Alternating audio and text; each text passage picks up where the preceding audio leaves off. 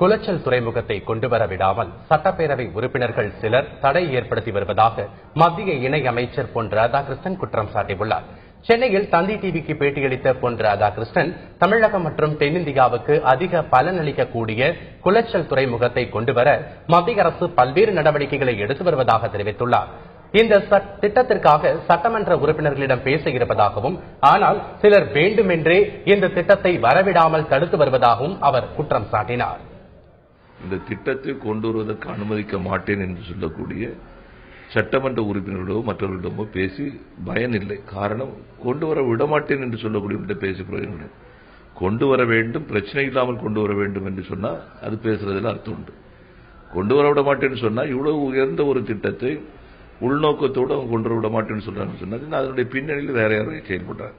வரும் 29ஆம் தேதி வாரணாசியில் நடைபெறவுள்ள திருவள்ளுவர் சிலை நிறுவும் நிகழ்ச்சியில் உத்தரகாண்ட் முதலமைச்சர் மற்றும் இலங்கையைச் சேர்ந்த அமைச்சர்கள் கலந்து கொள்ள உள்ளதாக பொன் ராதாகிருஷ்ணன் தெரிவித்துள்ளார்.